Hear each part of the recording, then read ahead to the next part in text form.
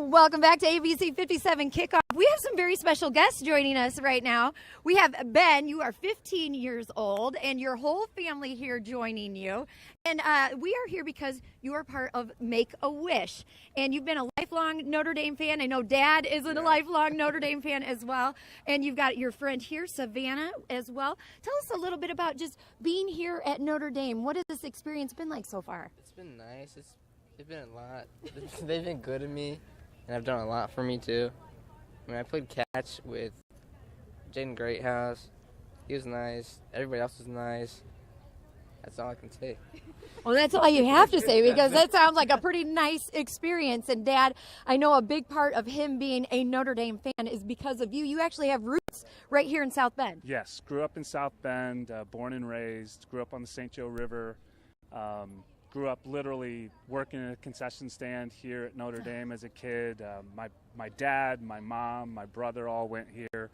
It's part of who we are. Saturdays were always massive in my house, so it's really amazing. My wife teases, like, Chris, this is his Make-A-Wish, but it's kind of all of ours, so it's been awesome. Can you tell us a little bit about Savannah and how much that she's just helped? She's amazing. Savannah is Ben's service dog. She's a medical alert dog, so she can smell Ben's seizures, and she alerts us to when he's likely to have one, and we know to take some extra care and make sure that he doesn't have a dangerous fall. We call her our superhero with paws, because you could feel the entire stress level in our house kind of drop a little bit when we got her. So she's been amazing. It's fascinating that she can actually sense that coming on 20 minutes in advance. It's just incredible. Ben, tell us a little bit about what you've been able to do so far as part of your Make-A-Wish experience. What I've been able to do, the guys have given us passes to the pregame. They've done amazing things. They've given us stuff, lots of stuff, lots of it, like merch. What? Like merch? The ball.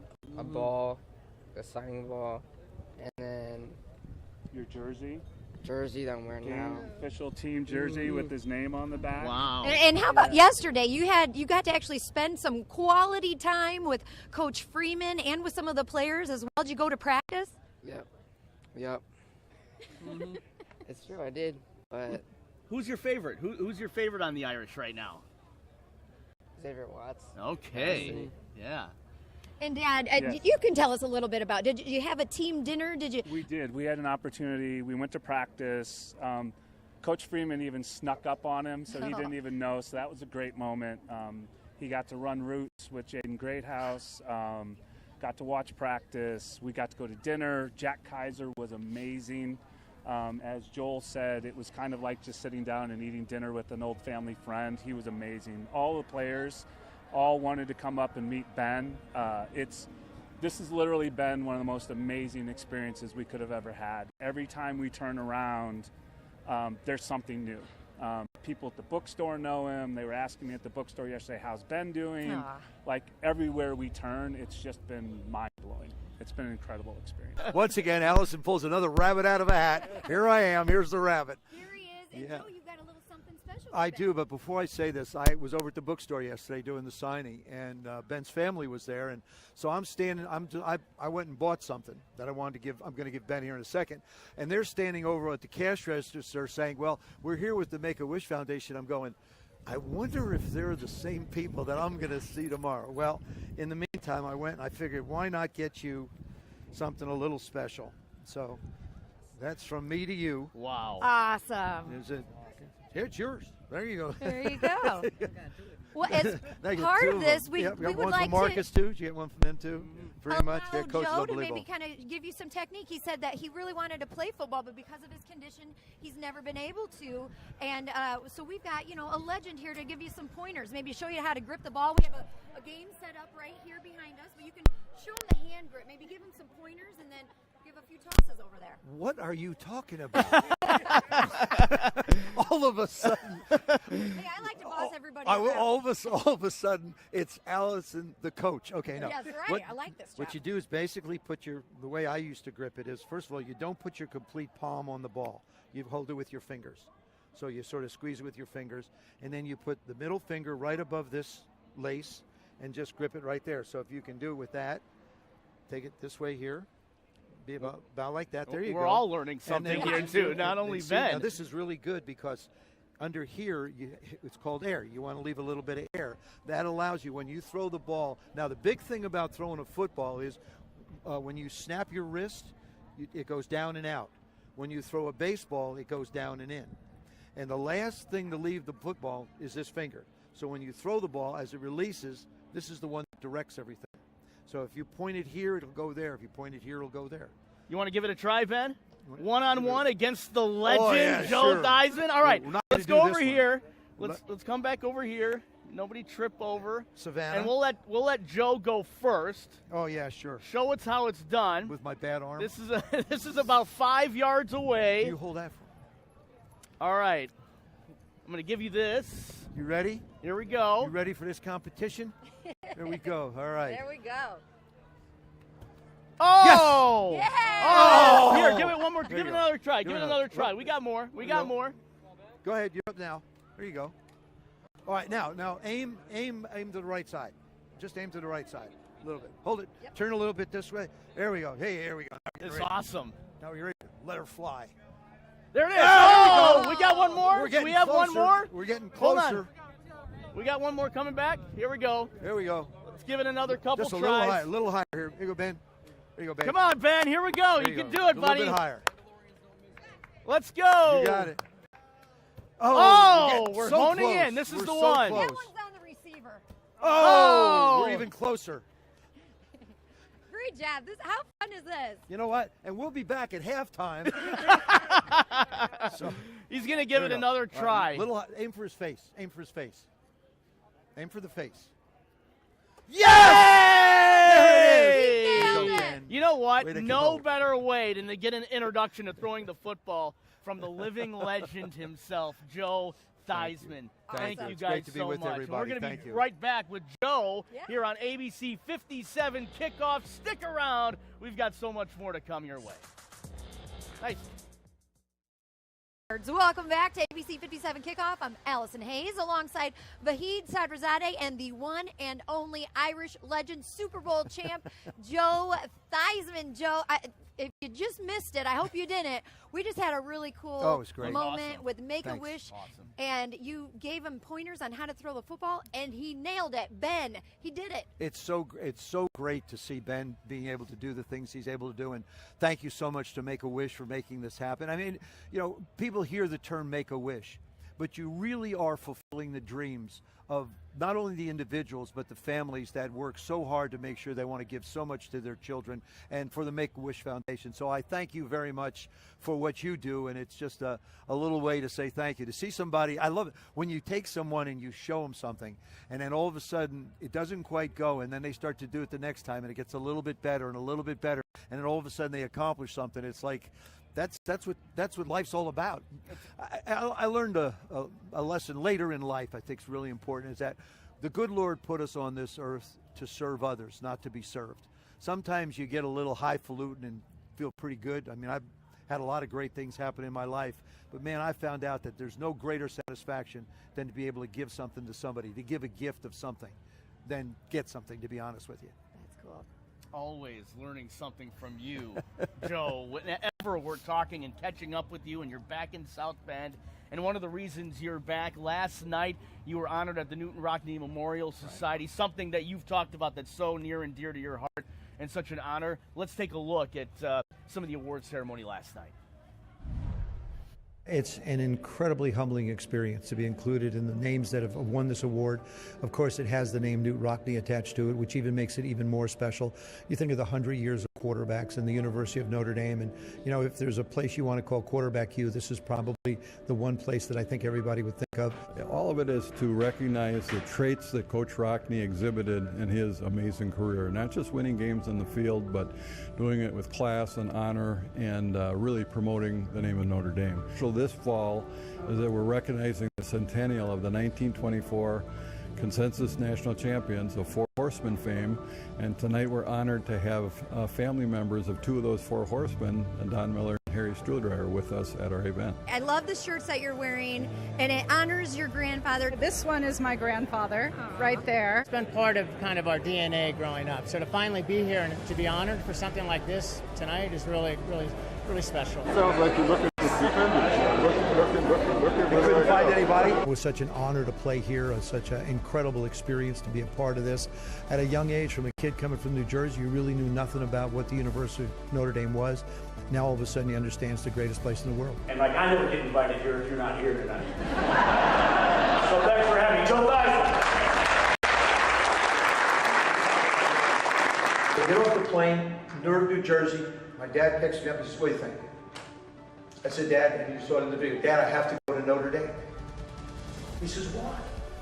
I said, "Dad, it just feels right." And since the day I set foot on this campus, it has felt so right.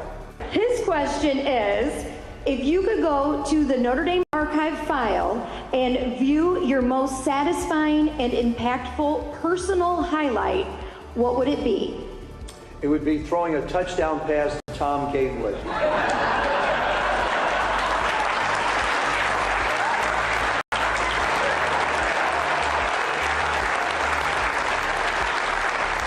Thank you enough for this incredible award. I'm humbled and I'm honored, and I thank you so much for sharing it with me this evening. Thank you.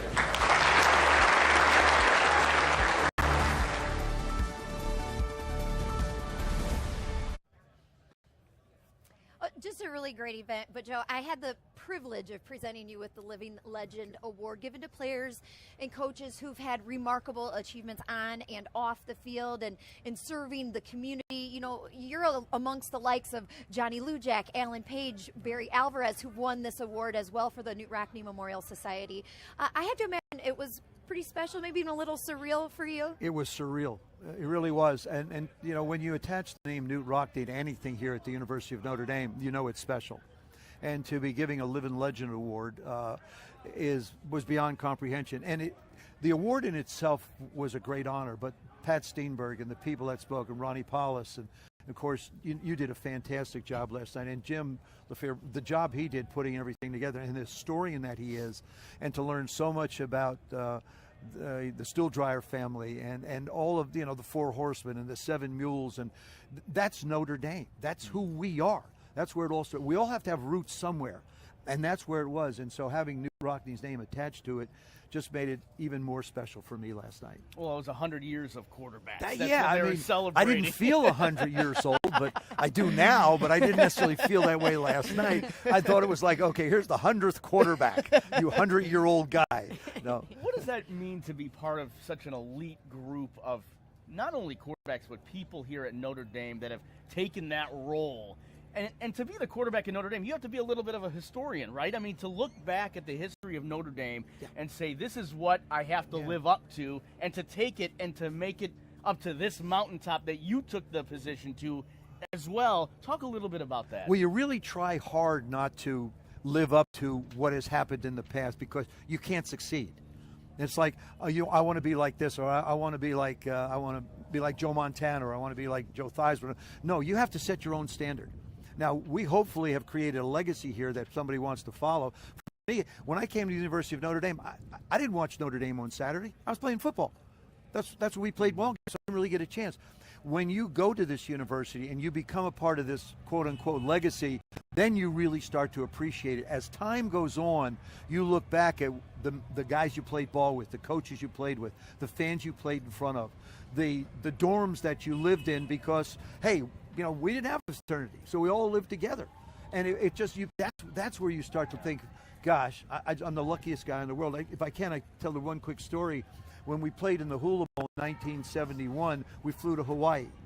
I remember getting off the plane, and all the players off from all the different schools got on buses. And way over in the distance, not too far away, there was this clamoring. Everybody banging drums and everything else. It was a Notre Dame Club of Hawaii come to meet me and take me to a luau while everybody else went to a hotel. I mean, there isn't a bed you can't have around the world.